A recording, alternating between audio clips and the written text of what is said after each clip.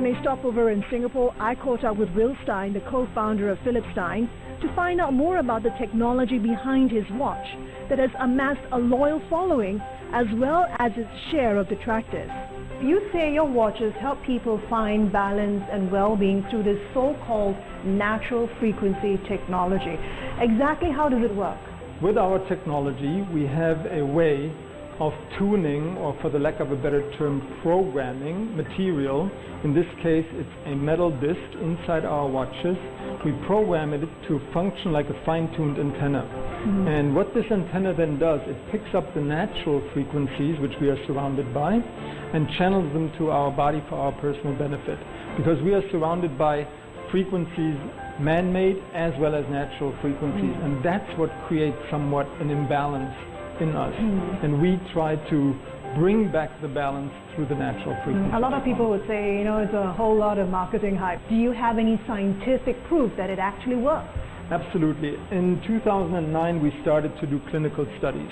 And in fact, studies which are, there's this scientific term, placebo-controlled double-blind studies, which showed that people with our technology, they slept better, they woke up more refreshed, and what we have done then also is we have done studies with a human cell culture, and we saw that on average the melatonin production of the human cell culture increased by 20%. So yes, we do have proof of that. But Stein's watch is fighting with a gamut of wearable technologies, all the rage right now. I don't see it as a threat. We see it actually as a blessing, and I'll tell you why. Because smartwatches are tracking devices. All the smartwatches, also the smart bracelets, they are tracking devices. They track and measure your results, the results of performance, the results of sleep. That's not what we do. We don't focus on that. We focus on creating those results. Our watches with our technology and our sleep bracelets with our technology create the results which the smartwatches and the smart bracelets measure. So technically you have to wear two watches?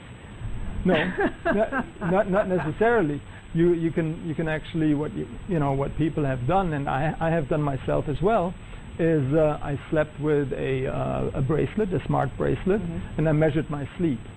And then after a week, I put on my sleep bracelet and my smart bracelet as well to measure my sleep then.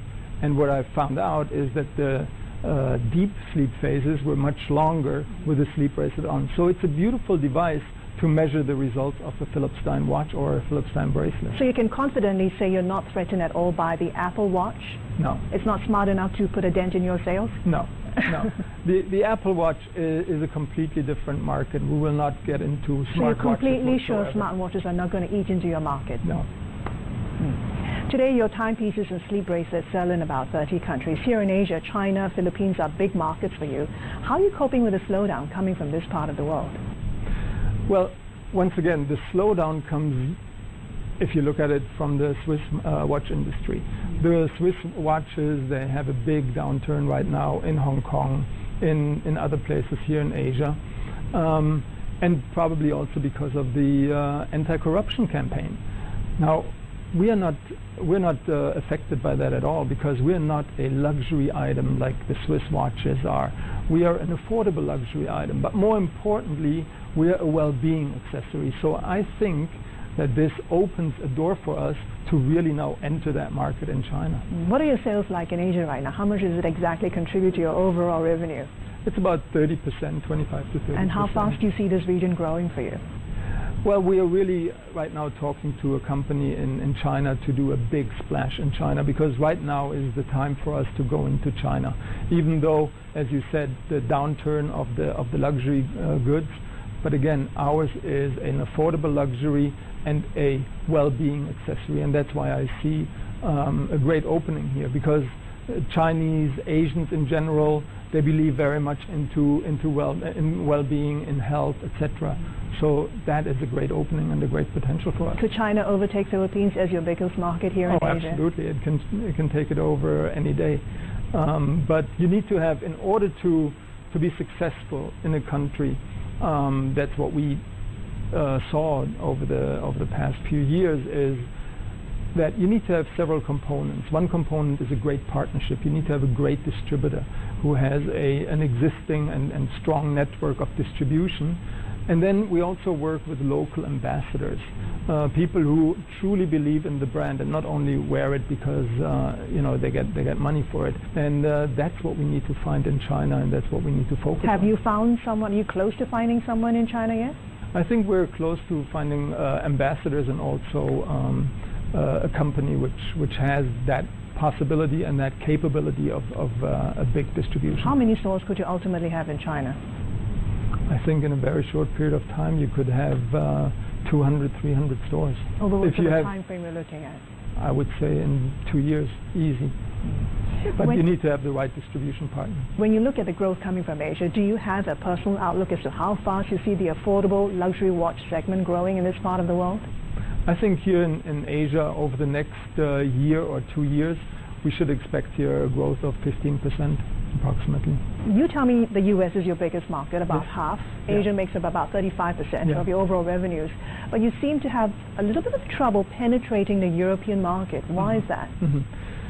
Well, in Europe, of course, the Swiss watches, they are, very, very powerful. The Swiss watch brands are powerful, especially when it comes to one of the largest economies in Europe, or the largest economy in Europe, the German market. It's very much focused on Swiss watches. On the other hand also, and I can say that because I was born in Germany, Germans are extremely skeptical. And so it takes time for them to really adapt and understand what we are doing. But once we have entered that market, they're very loyal to a product.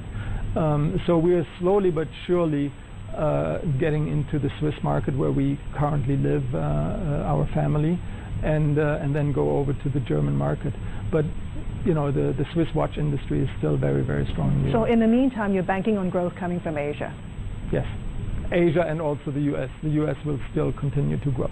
You and your wife founded a company, still a very private company. Is it true that you're completely self-financed and you don't borrow from the bank? Completely self-financed. Why so conservative? You don't like bankers?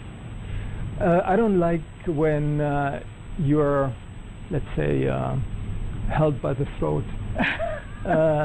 When a downturn comes, then the bank calls your line of credit. We never had that problem. In 2008, when many companies had problems paying up their line of credit, we didn't get any phone calls from any bank. So for us, we feel it's a safe way and a good way of living and growing the business. We will have a very solid foundation. Are the bankers giving up? Are they knocking on your doors nonetheless? They gave up. They completely gave up. Yeah. Any ambitions to take the company public one day? No, even that. We don't have an ambition to take the company public, because then you really work for your shareholders. You need to create shareholder value, and you lose focus on what is your core your core purpose. So that's what we are focusing on. When you go public, all that matters is the bottom line. What happens if somebody says, "Let me buy you guys out"? What would you say? There's always a price for everything. So never say no on that one. Never say no on that one. Don't go away. Up next, we'll have more with watch entrepreneur Will Stein in just a moment. You and your wife Rena spent the last 13 years building up this brand together. What's it like working so closely together? Now be honest. Okay, I'm going to be very honest. Be brutally honest. I'm going to be brutally honest with you.